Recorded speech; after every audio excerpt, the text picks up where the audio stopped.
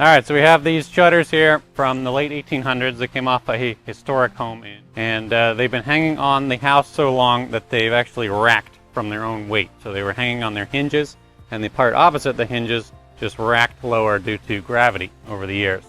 So they came in with a whole bunch of heavy paint on it that was flaking.